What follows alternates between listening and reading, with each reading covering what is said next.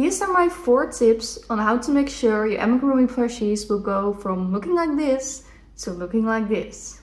Hi, I'm Lisa Crochets and I've now been crocheting for about 8 months, and I wanted to share with you everything that I've learned about crocheting plushies. So tip number 1 is probably the most important one, and it's your hook size. So I want to show you something because this is the 3rd plushie that I ever made.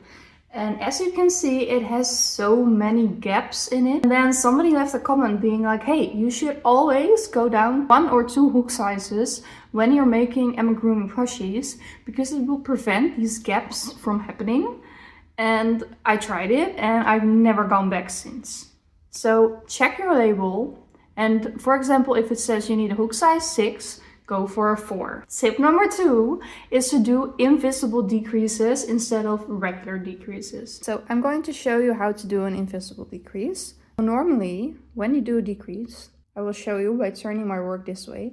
You can see very clearly, I'm sorry for my bitten nails, so let's ignore that, but there's 1 loop here and 1 loop at the back side, and you're gonna enter through both of them when you make a decrease.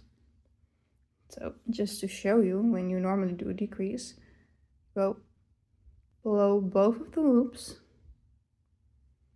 you take your yarn,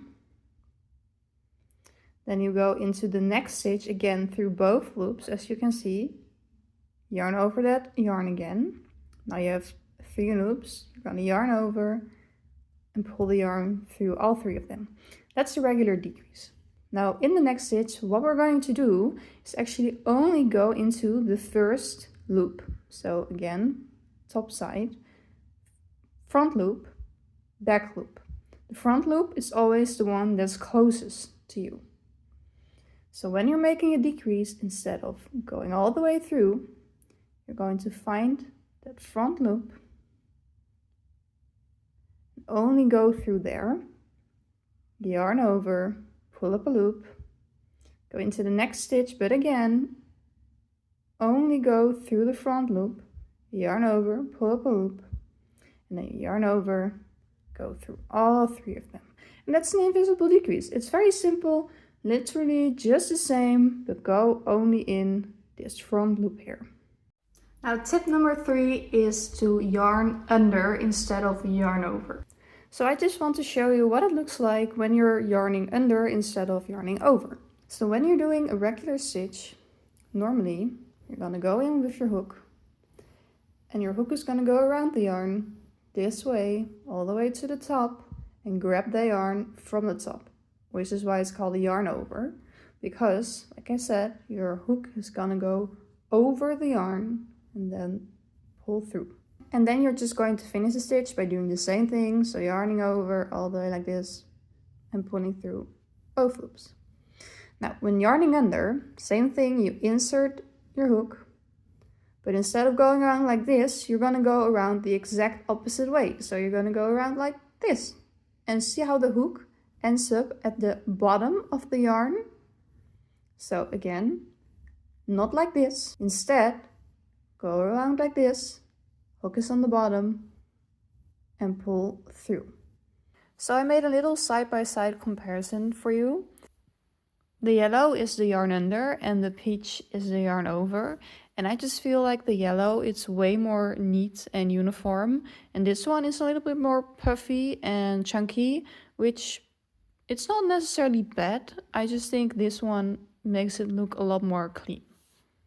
Tip number 4, the last one, is kind of an obvious one, but it's way more important than you think. And it's the actual yarn that you're using.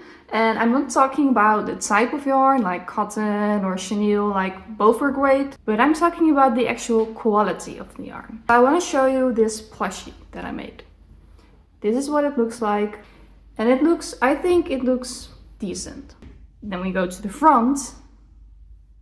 You can see this orange yarn. This is cheap yarn that I bought when I was first starting out. And you can see such a huge difference between the yellow and the orange in the way it looks. The orange is just so messy. The stitches aren't neat at all. The tension is going everywhere. And like, it's made on the same day, the same experience, the same techniques, like it's just the yarn. So truly the yarn makes a big difference. I mostly go for either honey bunny or baby snuggle or toucan. Those are all from Hobby. I really like them. And if you're struggling to know like which brand or type of chenille yarn you should get, I follow Christina Creates UK, and she rates chenille yarns. She looks at the pricing, the color range, how much it sheds and snaps, and basically how strong it is. And it's very helpful. So I will tag her account down below and you can check that out if you want to. And those were my tips. I hope they were helpful. And if you want to see more, hit that follow button, and that's it. Bye!